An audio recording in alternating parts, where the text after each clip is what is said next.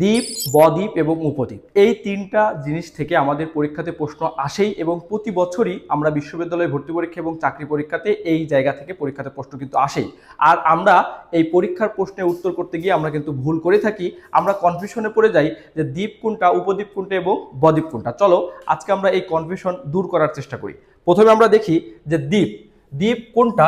দ্বীপ ওইটাকে বলবো, আমরা পিকচারে বা ছবিতে লক্ষ্য করলে দেখতে পাই যে চারিদিকে পানি রয়েছে, মাঝখানে একটা স্থল বা ভূখণ্ড। এই পাশের চিত্রটাও ঠিক তেমন, চারিদিকে রয়েছে পানি এবং মাঝখানে একটা স্থল বা ভূখণ্ড। তাহলে দ্বীপ বলতে আমরা ওইটাকেই বুঝবো যার চারিদিকে থাকবে কি পানি আর মাঝখানে একটা ভূখণ্ড। আমি ওই ভূখণ্ডতে যেতে হলে আমাকে লঞ্চ বা স্টিমার বা জাহাজে করে ওই ভূখণ্ডে যেতে হবে, ওইটাকে আমরা বলবো দ্বীপ। এরপরে আমরা চলো যাই, আমরা উপদ্বীপ দেখে আসি। উপদ্বীপ কোনটা? উপদ্বীপ দেখো যে এখানে স্থল, এই পাশে আছে কি জল, এই পাশে জল, এই পাশে জল। তার মানে উত্তর দিকে এখানে দেখা যাচ্ছে যে পার্সিয়ান উপসাগর, এই পাশে দেখা যাচ্ছে পূর্ব দিকে আরব উপসাগর এবং এই পাশে দক্ষিণ দিকে রয়েছে লোহিত সাগর এবং পশ্চিম দিকে কোনো সাগর নেই। পশ্চিম দিকে কি ভূখণ্ড মানে স্থলভাগ।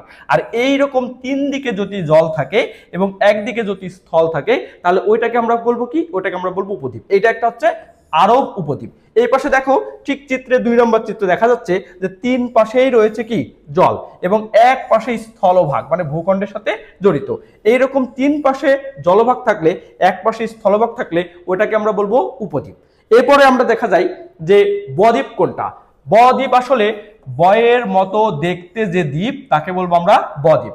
দেখো বয়ের মতো মানে কি, এই পাশে একটা, এই পাশে একটা, এই পাশে একটা, এই তিন দিকে কি থাকবে? তিন দিকে স্থলভাগ থাকবে, তিন দিকে স্থলভাগ এবং একদিকে জলভাগ, তাকে আমরা বলবো বদ্বীপ।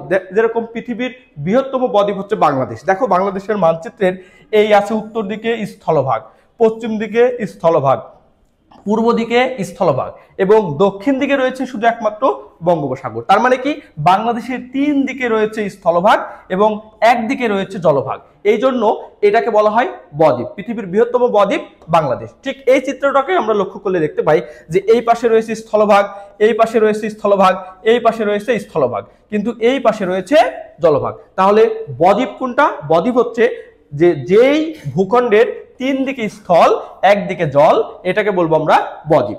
আর দ্বীপ কোনটা? যার চারিদিকে জল থাকবে, যেতে হলে ওই ভূখণ্ডে যেতে হলে জাহাজ বা লঞ্চের মাধ্যমে যেতে হবে, ওটাকে আমরা বলবো দ্বীপ।